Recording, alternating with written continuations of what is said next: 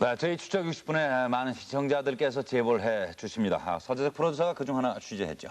예, 지난 6월달에 저희 취재팀 앞으로 한 통의 우편물이 지리산에서부터 배달이 되어 왔습니다. 네. 지금 보시는 이것이 그때 들어온 제보인데요. 무려 원고지 700여 매에 해당되는 그런 방대한 분량의 제보였습니다. 네. 그 내용은 정바가 아이들을 보살피면서 살고 있는 한 목사의 이야기였습니다. 네. 그 사연이야 참으로 구구절절했지만은 주된 내용은 자신과 자기 자녀의 말소된 주민등록을 살려달라 하는 그런 내용이 있습니다. 네. 저희들은 이 내용을 읽어보면서 취재를 해야 되겠다고 생각을 했습니다. 왜냐하면은 이 이야기는 우리 사회의 엄연한 현실과 맞닥뜨려서 쓰러진 한 가족의 슬픈 이야기가 담겨 있었고, 또 그 이야기 속에는 우리 사회가 한번 들어봐야 될 필요가 있는 그런 사연이 있었기 때문입니다.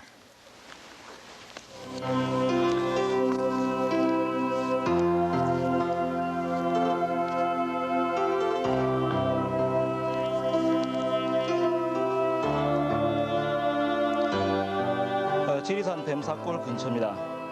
제보를 했던 장진남이라고 하는 목사는 5명이나 되는 정바가 자녀들과 함께 이곳에서 생활을 하고 있었습니다. 네. 장 목사와 함께 사는 아이들은 겉으로 보기에도 보통 사람들과는 조금 다르다는 것을 금방 알 수 있었습니다. 장 목사의 이 아이들은 그저 저렇게 하루 종일 앉아만 있습니다. 가끔씩 웃기도 하지만 다른 것은 할 줄 아는 게 아무것도 없는 아이들입니다. 살림살이라고 해봐야 이 6 식구가 간신히 끼어 잘 수 있는 낡은 텐트와 파라솔 1개, 그리고 끼니 때마다 쓰는 밥그릇 몇 개, 숟가락 몇 개가 이들 재산의 전부입니다. 예. 그렇지만 이곳은 국립공원 지역이기 때문에 관리 요원들에게 들키면 이들은 이곳에서 또 쫓겨나야만 합니다. 그래서 이들 가족은 텐트 하나를 가지고 여기저기를 떠돌아다녀야만 하는데, 이들이 이렇게 집도 없이 산에서 살게 된 것도 벌써 4년째에 접어들고 있습니다. 네. 이들은 모두 가족에게 버림받고 사회에서 따돌림당한 정신박약자들입니다. 장 목사와 인연이 돼서 벌써 20년을 같이 살았습니다. 나이는 30대 후반 정도일 것으로 추정할 뿐입니다. 성대 일로 와봐. 자, 김. 아버지 봐. 김.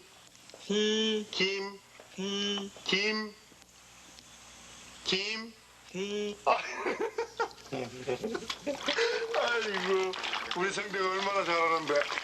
물 떠와 빨리. 아버지 빨리 해야 또 일찍 너. 그런 성민이 오늘 또 싸지 마라. 이들이 가진 사고 능력은 겨우 2~3살짜리의 수준입니다. 네. 그렇기 때문에 대소변조차 가리지 못하고, 덕분에 장 목사는 하루에도 여러 차례씩 빨래를 해야 한다고 합니다. 이 5 아이들의 뒤치다거리를 혼자서 하는 장 목사의 하루는 그래서 한시도 쉴 틈이 없어 보였습니다. 먹고 사시는 건 어떤가요? 예, 그것은 장 목사가 산에서 뜯어오는 산나물이나 약초를 팔아서 생계를 해결합니다. 요즘에는 고사리를 뜯어다 말려서 파는 일을 합니다. 수입이 좀 됩니까? 아침부터 저녁까지 하루 종일 뜯으면은 2~3만 원 정도의 돈을 만들 수가 있다고 합니다. 예. 그렇지만 장 목사 가족에겐 유일한 돈벌이가 되는 생계 수단이었습니다.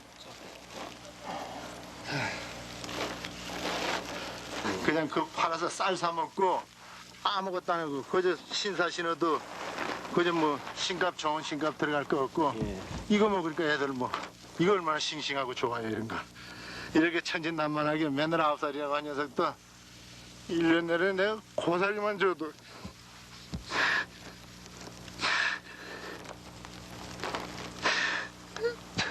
애들이 아프지도 않고 잘 큰다고요. 사람이 헛된 욕심 가지지 않고 이렇게 자녀들과 이렇게 있다는 것만 해도 저는 상당히 감사하게 이렇게 생각을 하거든요. 그래서 옛날에 장 목사 가족은 왜 이렇게 떠돌며 살아야 되죠? 예, 장 목사는 우연히 길에 쓰러져 있는 아이를 발견하면서 이들을 보살피기 시작했습니다. 그것이 장 목사가 전도사로 있던 지난 60년대의 일입니다. 우연히 길에서 발견해서 병원에 데려간 아이는 정신박약가로 버려진 아이였습니다. 장 목사는 차마 외면할 수 없어서 이 아이를 보살피기 시작했는데, 2번째 아이를 발견한 것도 역시 정신박약이었습니다. 네. 이렇게 하나둘 버려진 아이들이 모이기 시작하고, 또 소문이 나자 숫자는 자꾸 늘어났습니다. 어떨 때는 아이들을 포기한 부모들이 집 앞에 놓고 가기도 했는데요. 장 목사는 아이들을 자신의 호적에 그 하나 둘 올리기 시작했습니다. 네. 그래서 지금은 이게 장 목사의 호적에 올라가 있는 아이들이 무려 22명이나 됩니다. 이 보통 어려운 일이 아닌데요. 예, 그 큰아들 성민이를 제일 첫 번째로 해서 모두 예. 성자 돌림의 아이들입니다. 주민등록번의 숫자가 3장이나 됩니다. 그렇지만은 이렇게 늘어나는 아이들을 위해서 그 내발산동에 있는 이 집을 사면서부터 문제가 생기게 됐습니다. 장 목사가 산 그 대지 60평짜리 집은 처음부터 잘못된 것이었습니다. 집을 산 지 얼마 지나지 않아서 장 목사는 자신이 산 집이 자기 땅 위에 있지 않고 남의 땅 위에 있다는 것을 알게 됐습니다. 그래서 주인은 나가라 그러고 예. 때문에 집주인이야 당연한 재산권 행사했겠지만은 결국 이 문제로 그 송사가 생기게 되고 예. 장 목사는 재판에 져서 집을 비워줘야만 하게 됐습니다. 그런데 공교롭게도 장 목사는 이 시기에 자신의 이야기를 담은 책을 출판하게 되는데 이 책 때문에 장 목사는 실형을 선고받고 교도소에 가게 됩니다. 그건 또 어떻게 된 일입니까? 예, 그 억울함을 느꼈던 장 목사가 자신의 책에 땅 주인을 비난하는 내용을 실었고 그때 그 사람들의 실제 이름을 사용하면서 명예훼손 등의 죄로 구속이 되게 됩니다. 그 와중에 그 집은 철거가 되고 맙니다. 이 지금 저희 정원수가 여기 심겨있던 여기서부터 저까지가 이거 사랑의 집에 요 부서진 게 이게 지금 우리 집에 어린아이들 노는 미끄럼틀 놀이터인데 지난 89년까지 사랑의 집이 있던 그 강서구 내발산동 419번지입니다. 물론 장 목사야 억울함을 느꼈겠지만은 실정법상으로는 어쩔 수 없는 일이었습니다. 교도소 가기 전에 아직도 그 흔적이 그대로 남아 있는 거죠? 우리들이 가지고 있는 곰하고 인생하고요. 이거 우리 애들이 자던 침대예요. 이게 침대 스프링 이거 침대입니다 이게.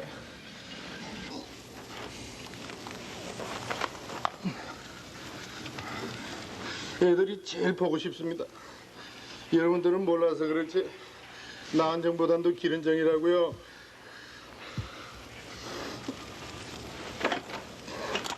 애들하고 같이 사는 게 제일 소원입니다.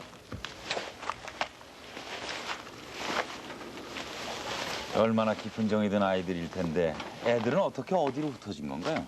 예, 그 장 목사의 집이 철거될 당시에 장 목사는 그 교도소에 수감 중이었습니다. 그래서 보호자가 없었기 때문에 아이들은 거주지 관할이었던 그 강서구청에서 여러 보호시설로 나눠 보낸 것입니다. 예.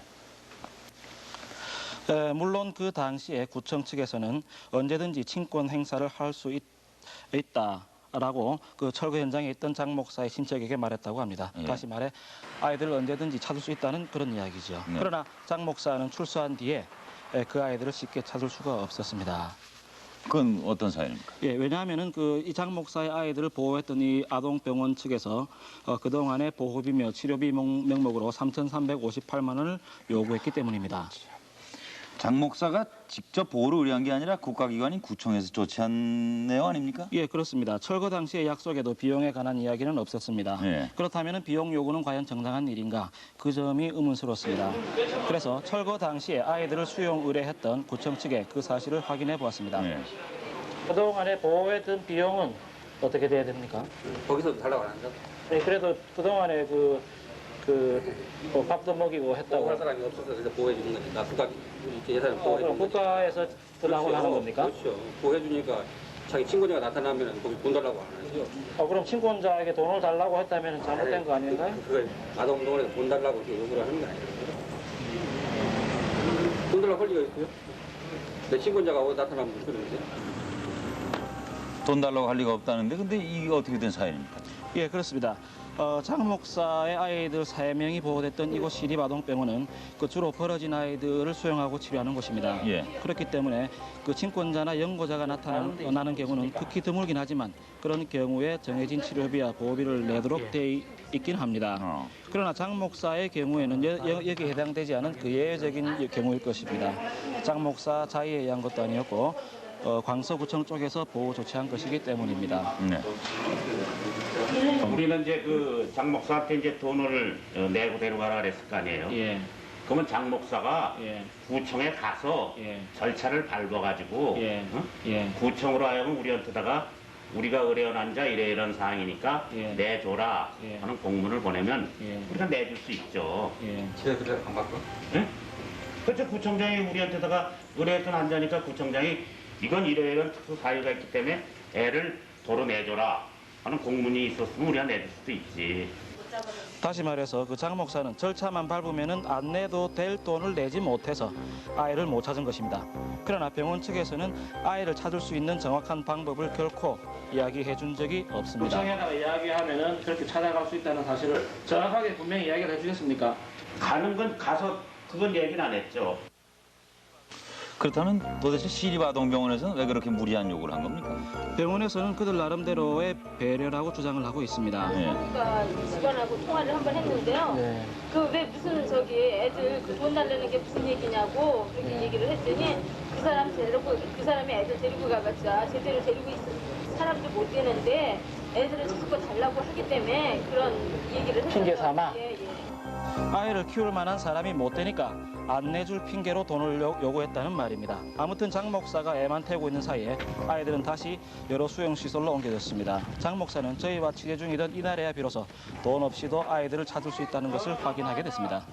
아빠! 아빠! 잘 있었어? 잘 있었어? 이리 치워. 아빠! 안녕? 아버지. 백내장에 걸려서 앞을 볼 수 없는 딸입니다. 사랑의 집 시절 이 장 목사는 이 아이를 위해서 시력을 회복하기 위해서 몇 번의 수술까지 받게 해준 그런 아이입니다.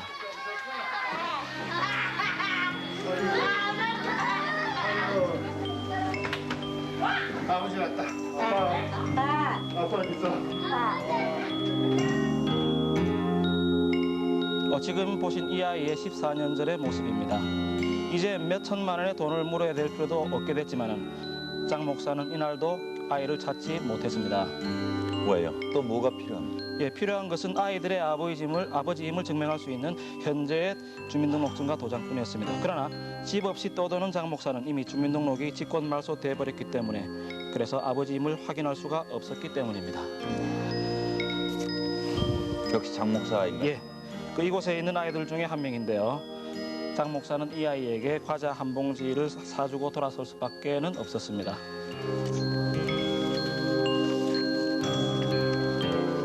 내가 며칠에 그래서 목사가 또 거짓말 할 것 같아서 양심적으로 지금 나까지 6시라고 그러면 이렇게 가지고 나를 한참 쳐다보고 우리 애들은 옆에서 좋다고 그냥 성민이 나이가 지금 38살인데도 맨날 9살 하는 녀석이 그냥 계속 아버지가 답답하는지도 모르고 그냥 히 웃으니까 정상적인 사람들은 이것들은 미친 게 아닌가 싶어가지고 방줄 생각을 안 하고 무조건 나가는 거 있죠. 그래서 방을 없어서 오죽했으면 제가 텐트 가지고 댕기면서 잠을 자고 기도원에서도 오래 있으면은 외국 사람들 본다고 나가라 그래서 저는 그런 텐트 생활로 계속 산 생활로 그렇게 살고 주민등록 장 목사가 당하고 있는 그 현실의 장애가 어떤 것인지 바로 저 말 속에 잘 나타나 있습니다. 맛있겠다. 장 목사의 아이들은 배가 고파도 고프다는 표현을 할 줄 모르는 아이들입니다. 장 목사는 때맞춰 끼니를 챙기는 일을 거르지가 않습니다. 장 목사의 도움 없이는 이들은 단 하루도 제대로 살 수가 없습니다.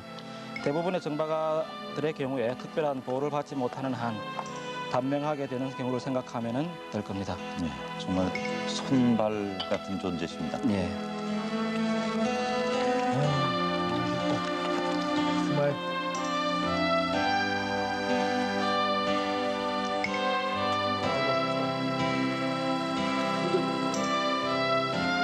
선배야. 선배야 빨리 와. 또 우리에게 귀한 음식 주시고 또 저녁 시간에 잠드는 시간이 되었습니다. 우리 잠자는 우리 모든 식구들을 천사가 지켜주시고 내일 아침에 우리 모든 식구들이 건강하게 일어나서 잘 뛰어놀 수 있도록 도와주시고 하나님께 영광 돌릴 수 있도록 도와주시옵소서. 예수님의 이름으로 기도드리옵나이다. 이들은 이런 모습으로 매일 밤을 맞고 또 다음날 아침을 기다립니다. 눈비를 피할 단 한 칸의 방도 없지만 이들의 하루하루의 기운은 끼니를 잊고 또 아프지 않은 건강한 몸으로 내일을 맞는 것이었습니다. 눈 감아.